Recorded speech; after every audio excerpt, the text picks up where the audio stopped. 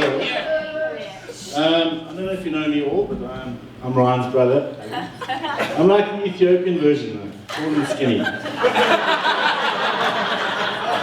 Before we start, I'd just like to say, Nicole, you look beautiful tonight.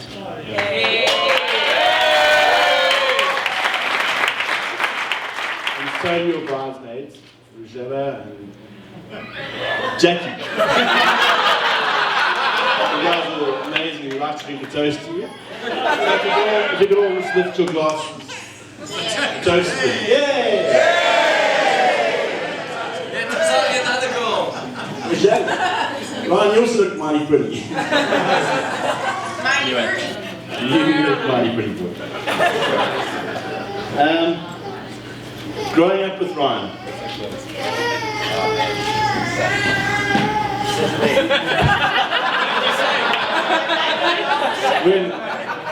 When Ryan came back from the hospital, he spent about 2 days and he was back in the hospital. And he was back and forth and back and forth. And I mean, for a 6-year-old, it didn't really work out. And it was kind of like owning Alfa Romeo. He kept going back to the factory and came back and kept going back to the factory and coming back. But while this was all going on, we were sitting at home choosing a name for him. And my folks wanted to call him Brian.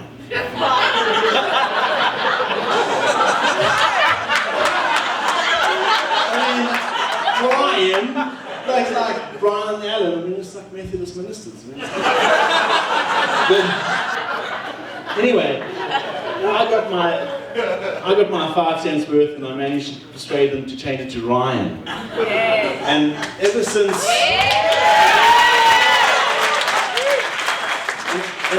then, because I named him, he was my brother. But he has many names. Frank.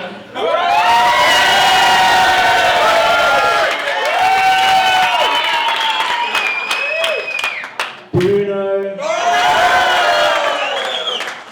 Buttercup.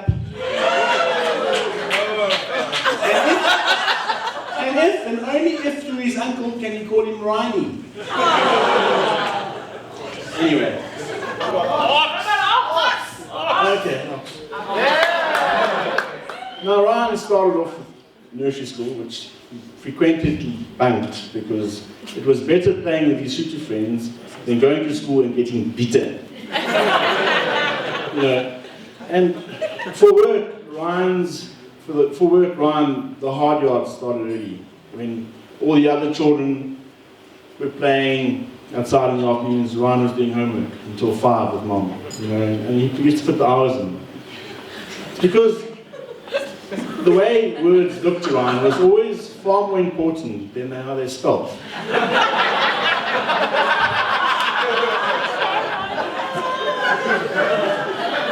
And words only meant anything if they painted pretty pictures.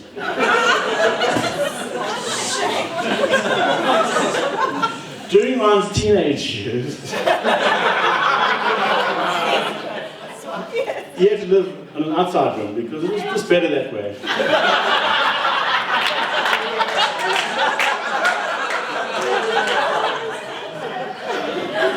He used to live in an engine room with his motorbike. You know, and his packet of cigarettes, which he never hid away. But that's what I love about Ryan, is he doesn't hide anything. You know, if something's happening, something's happening. You know, so it's something I honour you by, brother. You don't do it.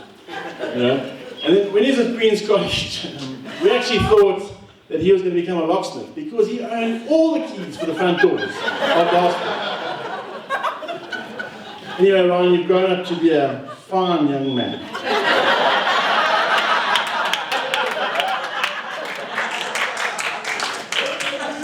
Ryan, who finds a wife finds a good thing, and you've done well. You really have. We've all done well.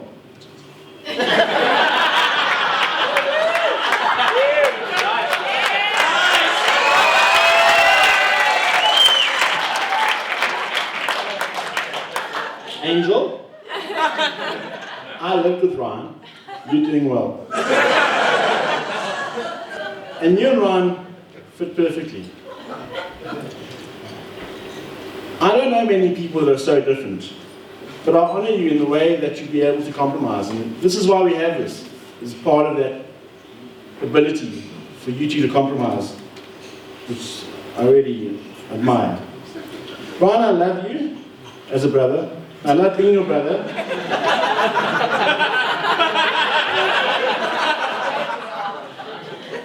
And I love being in your presence.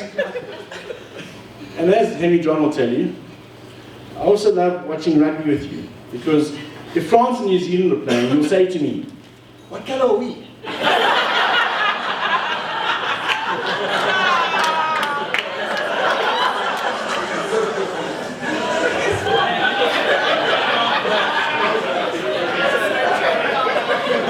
Okay, to the Fernandez family, Tony, Milu, Jackie, thanks for having him. He's yours now.